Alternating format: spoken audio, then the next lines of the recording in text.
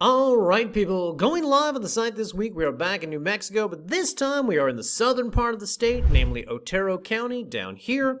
And within Otero County, our new listings are more specifically in Cloudcroft, or as I like to call it, the jewel of southern New Mexico. Now, people, before we get into the details of today's specific property, I want to first talk about this region, number one, because there's a lot to discuss about it, but number two, because the types of communities and properties you find out here are not as common in other parts of the state, and certainly not the types of properties we typically buy and sell. Point being, there are some unique advantages to owning land here, as well as just some, we'll say, idiosyncrasies of the area that buyers should be aware of. Okay, so with that out of the way, let's go through it. Thing number one, the town of Cloudcroft is located over here where the 82 meets the 130. You will notice these two highways circle around on each other in an area I have taken to calling the Loop, trademarked. Whatever the case, if you were to leave Cloudcroft going east along the 82 and circle back around on the 130, you would find a number of small residential subdivisions along the north and south of both highways. More on that in a bit. Whatever the case, the town of Cloudcroft ends up being a convenient stop for all the residents of this area. The town itself has a population of roughly 1,000 people, and despite being relatively small, it still has a good amount of what we will call rustic charm. It's got some personality, people, okay? More to the point, however, if you live here, you'll have easy access to the post office, the bank, medical facilities, schools, and churches, not to mention some restaurants and shops. Now, if you end up developing land out here, this obviously is going to be the closest location for some minor groceries and supplies. They've got a hardware store, for instance, but the nearest Walmart, Home Depot, big box store type places are roughly 30 minutes west in Alamogordo or an hour north into Ruidoso. Okay, next, thing number two. When we go back to the map, we will see that Cloudcroft and all the surrounding areas are green. That is because this area sits in the midst of over 1.1 million acres that make up the Lincoln National Forest. And if you own land here, you will have easy access to all the hiking trails, picnic areas, campgrounds, and of course hunting that is available within this region. And for the record, guys, most all the residential lots we have ever purchased out here either literally back up to federal land that is the forest, or they sit like one short block away from it. In fact, most of these residential subdivisions are relatively small, maybe 500 parcels each, something like that. Point being, wherever you live within any of these communities, it's very easy to access the forest. Simultaneously, it's very easy for the forest to access you, more specifically critters. We've had our photographer around here a couple times, and he always ends up sending back shots like this, this, and this. Point being, they're around, they're friendly, they've gotten used to the people, and if you do end up buying land out here, make sure you stock up on apples so you've got something to feed them. Okay, next, thing number three. In combination with the forest and the trees, you've got mountains. Cloudcroft sits at a higher elevation, and this is a very mountainous region. Now, one benefit to this is that this is a popular skiing destination. In fact, if we go back to the map, we'll see that Ski Cloudcroft sits within this region. Our photographer was here when it was warm out, but a simple Google image search will show you what this normally looks like in the winter months. Whatever the case, if you enjoy winter sports, you have Ski Cloudcroft just down the street, or Ski Apache a little further north in Alto. More to the point, however, I mentioned the fact that this area is mountainous because if you're buying land to develop a home site, you should be prepared for the fact that most of the land out here has what we will call a pronounced slope or pitch. It's not uncommon for properties to rise or fall by 20 to 40 feet from one end of the parcel to the other. And that is why if you look at home sites out here, you will find a number of homes built with stilts or pilings. And depending on the subdivision it's in, that can take the form of maybe a 1,200-foot cabin that looks like this, to, let's say, a more, we'll use the word opulent, log cabin home like this.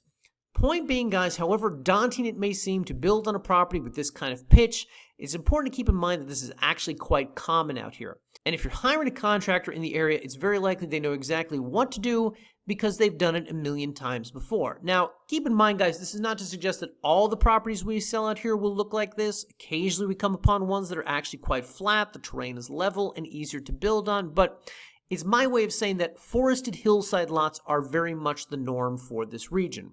Okay, next, thing number four. The average lot size in all the subdivisions out here is somewhere between 1/5 of an acre and 1/3 of an acre. So 0.20, 0.33, something like that.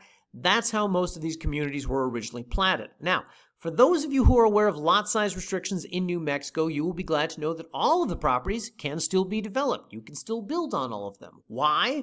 Because all of these communities have their own water utilities usually in the form of a community well. In fact, one subdivision out here gets its water from a waterfall that runs through the forest and feeds into a large pond, which they then clean and detoxify and turn into drinking water. How do they do it?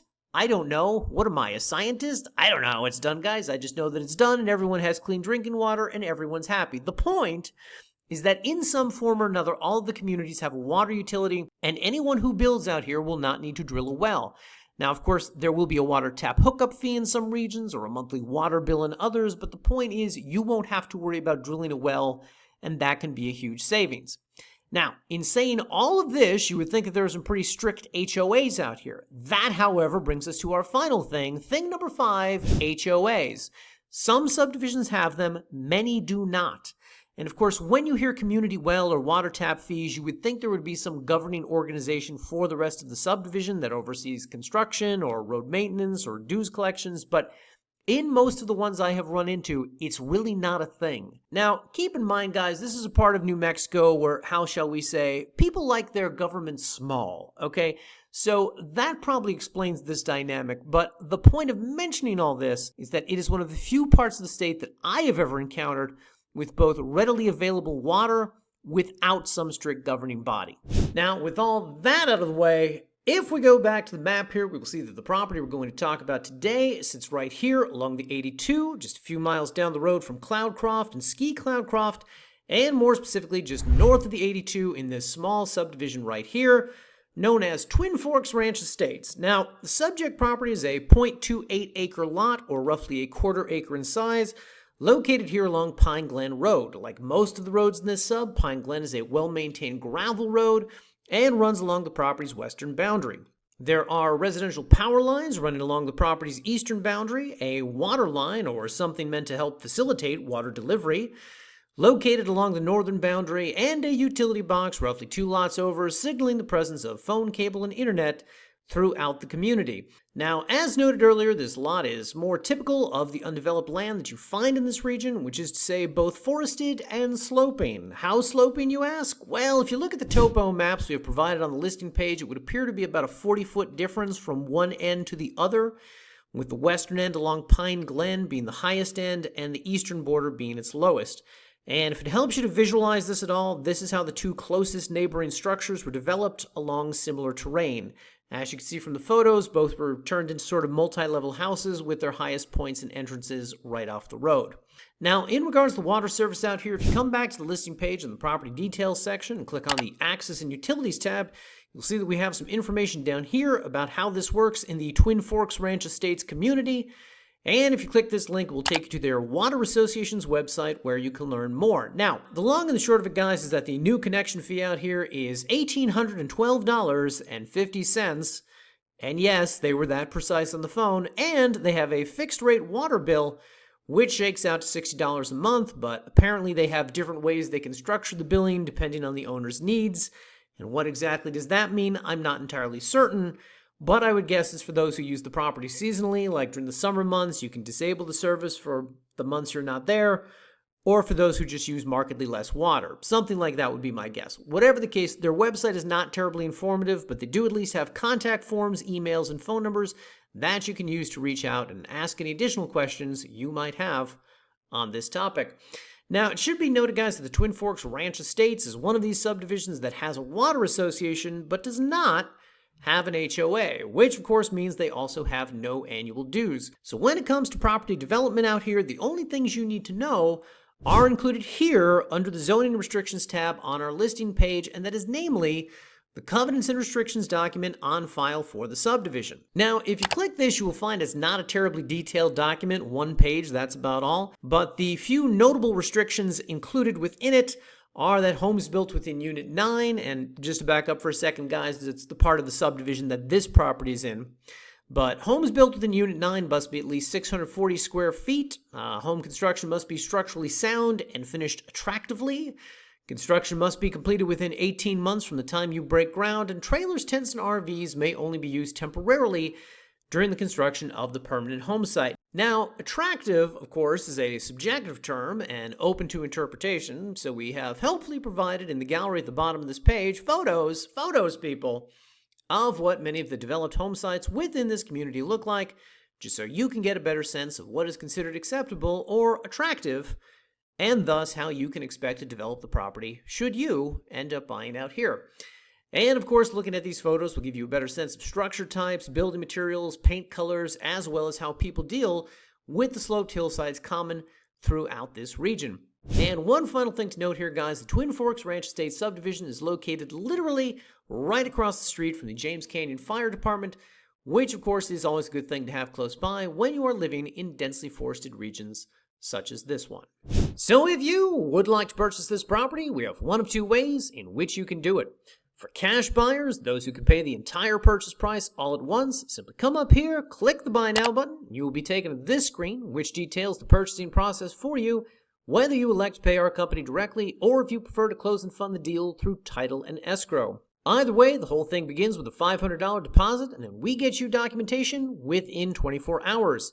If you elect to pay us directly, that documentation will include a copy of a new deed, which, once approved by you, we will sign, notarize, and mail off to the county.